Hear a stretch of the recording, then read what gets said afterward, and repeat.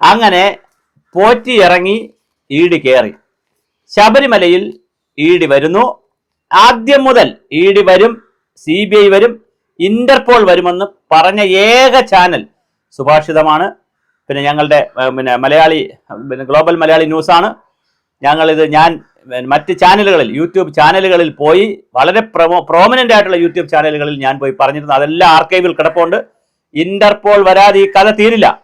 ഇപ്പോഴത്തെ ഇന്റർപോൾ വരാനുള്ള എല്ലാ സാധ്യതയും തെളിയിച്ചുകൊണ്ട് ഗൾഫിലെ ഒരു വ്യവസായി, സ്വർണ്ണ മേഖലയുമായി ബന്ധപ്പെട്ടുള്ള ഒരു വ്യവസായി, പിന്നെ SITക്ക് പുരാവസ്തു മേഖലയിൽ പ്രവർത്തിക്കുന്ന ഒരു വ്യവസായി, അതായത് വ്യവസായിയുടെ പേര് തന്നെ പുറത്തു വന്നിട്ടുണ്ട്.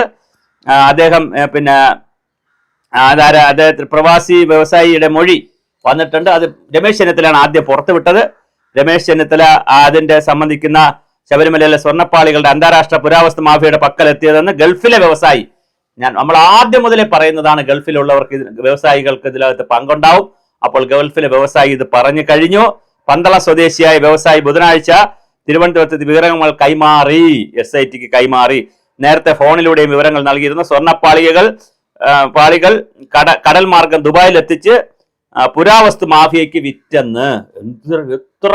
എത്ര ഗുരുതരമായ ആരോപണമാണെന്നറിയാവോ? ഇവിടെ നിന്ന് കടത്തി കടൽ മാർഗം ദുബായിൽ എത്തിച്ച് അവിടെ നിന്ന് പിന്നെ വിറ്റു എന്നാണ് പറഞ്ഞത്. വിമാനത്തിൽ കൊണ്ടുപോയാൽ പിടിക്കും. അപ്പൊ കപ്പലിലാകുമ്പോൾ ഇത് ഒരുപാട് ചരക്ക് കപ്പലിലൊക്കെ കയറ്റി കഴിഞ്ഞത് പോകാൻ പറ്റും. പുരാവസ്തു മാഫിയയിൽ ചിലരുടെ വിവരങ്ങളും കൈമാറിയിട്ടുണ്ട്. വിശദമായ അന്വേഷണം നടത്താമെന്ന് ആണ് SITയുടെ തീരുമാനം. പ്രവാസി വ്യവസായിയുടെ മൊഴിയും അതിലെ അന്വേഷണ വിഷയങ്ങളും SIT കോടതിയെ അറിയിക്കും. എത്ര മനോഹരമായിരിക്കുന്നു. രാജ്യാന്തര പുരാവസ്തുൽപ്പന്ന സംഘത്തിൽപ്പെട്ട ആളാണ് ഇയാളെന്നും വിവരമുണ്ട്. മാഫിയയിലെ ഒരാളിൽ നിന്നുള്ള വിവരമാണ് SITക്ക് നൽകിയതെന്നും അറിയുന്ന. 500 കോടിയുടെ മാഫിയയ്ക്ക് വിറ്റെന്ന് ആരോപണം ഉന്നയിച്ചത് രമേശ് ചെന്നിത്തലയാണ്.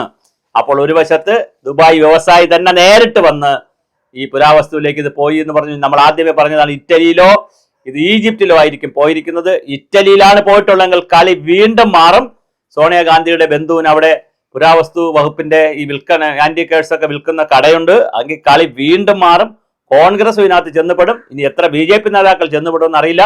അപ്പോഴാണ് ഇതാ ED വന്ന് ഹൈക്കോടതിയിൽ ED FIRന്റെ കോപ്പിയും അതുപോലെ എല്ലാ രേഖകളും ചോദിച്ചപ്പോൾ രേഖകൾ കൊടുക്കാൻ പറ്റില്ല, ഇപ്പോൾ ഒരു അന്വേഷണം നടന്നുകൊണ്ടിരിക്കുകയാണെന്ന് പറഞ്ഞ് SIT പറഞ്ഞെങ്കിലും അത് ഹൈക്കോടതിയിൽ ED പോയപ്പോൾ ഹൈക്കോടതിയിൽ നിന്ന് റാന്നി മുൻസിഫ് കോടതിയിലേക്ക് പോകാൻ, മജിസ്ട്രേറ്റ് കോടതിയിലേക്ക് പോകാൻ പറഞ്ഞു. റാന്നി കോടതിയിലേക്ക് അത് പോയി. മുൻസിഫാണോ മജിസ്ട്രേറ്റാണോ? റാന്നി കോടതിയിലേക്ക് അത് പോയി. അവിടെ നിന്ന് വിധി വന്നിരിക്കുകയാണ്. ഇന്ന് വളരെ മണിക്കൂറുകൾക്ക് മുമ്പ് വിധി വന്നു. എല്ലാ കാര്യങ്ങളും EDക്ക് കൊടുത്തോണം.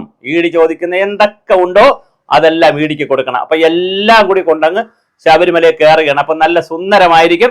ഇതിനിടയിൽ രാജീവ് ചന്ദ്രശേഖർ ഈ ജയിച്ച കൗൺസിലർമാരുടെ വെച്ചുകൊണ്ടുള്ള മേയർ ആരാണെന്ന് തീരുമാനിക്കാൻ ഉൾപ്പെടെ ഡൽഹി പോയിട്ടുണ്ട്. രാജീവ് ചന്ദ്രശേഖർ ഒരു കത്ത് അവിടെ കൊടുത്തിട്ടുണ്ട്. CBI അന്വേഷണം നടത്തണമെന്നൊരു കത്ത് കൊടുത്തിട്ടുണ്ട്. അതുപോലെ തന്നെ ശബരിമലയിലെ ഓഡിറ്റ് CAG നടത്തുന്ന ഒരു കത്ത് കൊടുത്തിട്ടുണ്ട്. ഇത് ഫോളോ അപ്പ് ചെയ്യാനാണ് നമ്മുടെ രാജീവ് ചന്ദ്രശേഖർ അതിനും കൂടി ആയിരിക്കും പോയിട്ടുള്ളത്.